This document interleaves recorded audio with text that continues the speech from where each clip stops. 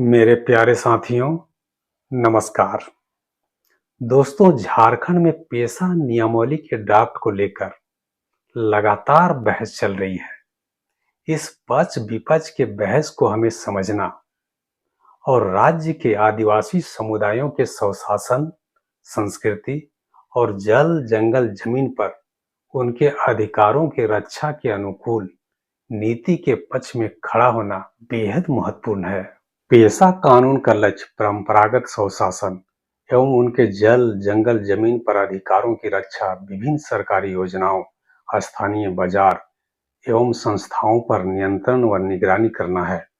5वीं अनुसूची में आने वाले देश के तमाम क्षेत्रों में ग्राम सभा और आदिवासी समुदायों को स्वायत्तता के साथ-साथ ठोस प्रशासनिक और वित्तीय अधिकारों से लैस करने के लिए पेशा कानून को लागू करना आवश्यक है। आइए आज हम पेशा कानून का प्रभाव और सरकार इसे हूबहू लागू क्यों नहीं करना चाहती है, इस पर बात करते हैं। जैसा कि आप जानते हैं कि अनुसूचित क्षेत्र के लिए पेशा कानून में ग्राम सभा को बुनियादी केंद्र माना गया है।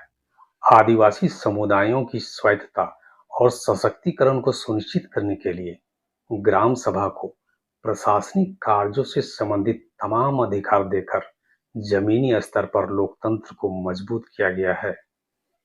अगर पेशा कानून को हूबहू लागू किया जाता है, तो आदिवासी क्षेत्रों में मरती हुई परंपरागत स्वशासन व्यवस्था को फिर से जीवंत करने के लिए ग्राम सभा का महत्वपूर्ण योगदान होगा।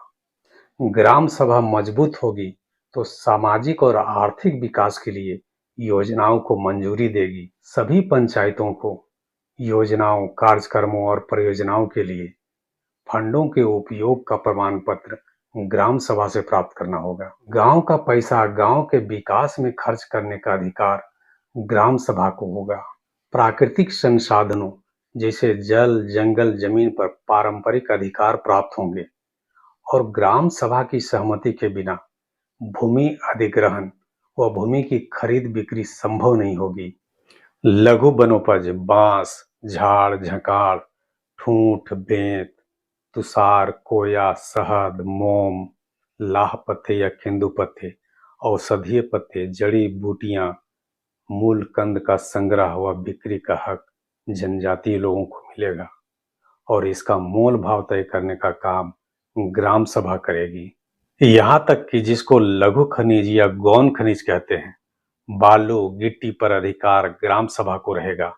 खनिज पट्टों को मंजूरी देने या नहीं देने का फैसला ग्राम सभा करेगी। अनुसूचित क्षेत्रों के लिए अनुच्छेद 275 के तहत मिलने वाले अनुदान और जिला खनिज विकास फंड का इस्तेमाल कैसे होगा, इसका निर्धारण ग्राम सभा ही करेगी।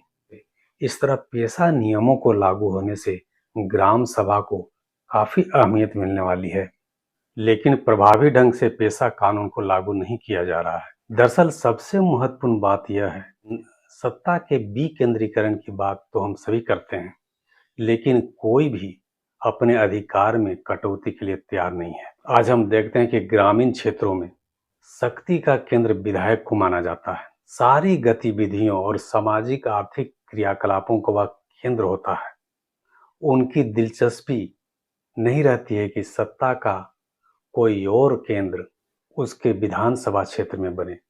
वे नहीं चाहते हैं कि सत्ता का कोई और केंद्र, कोई और ताकत उभरे और उनका बोलबाला हो। इसी तरह नौकरशाह भी पेशा और पंचायत राज अधिनियम को घाल मेलकर प्रशासनिक व्यवस्था पर अपनी पकड़ ढीली नहीं करना चाहते हैं। इसलिए झारखंड सरकार और उनके विभाग पेशा कानून से इतर नियमावली बनाकर नौकरशाह को घुसाने का प्रयास कर रही है। जो प्रस्तावित नियमावली में कई जगह उपायुक्त को अधिकार देने का उल्लेख किया गया है, ताकि आदिवासियों की जमीन, इलाका और प्राकृतिक संसाधन, खासकर खनिज संपदा का लूट होता रहे। इसलिए ये लोग आदिवासी समाज के जो पारंपरिक अगुवागण हैं, जो कानून के नियमों की बारीकियों को नहीं समझ पाते, उनको अपने पाले में खड़ा कर लूट जारी रखने के लिए हर एक तरह का तिकड़म कर रहे हैं। आए दिन झारखंड के अखबारों में समाचार प्रकाशित होता रहता है कि बहुत सारे पत्थर खदान और क्रशर अवैध हैं और अवैध क्रशर्स लगाकर पहाड़ के पत्थरों का खनन किया जा रहा है। क्या लगता है, यह अवैध धंधा का कारोबार बिना जिलाधिकारी का संभव है? कदापि नहीं, क्योंकि इससे गाढ़ी कमाई होती है, मोटी मोटी रकम वसूला जाता है। उसी तरह बालू के साथ भी यही हश्र हो रहा है। अनुसूचित क्षेत्रों में नौकरशाह मुखिया के साथ साठ-गांठ कर अवैध रूप से बालू से कमाई करते हैं।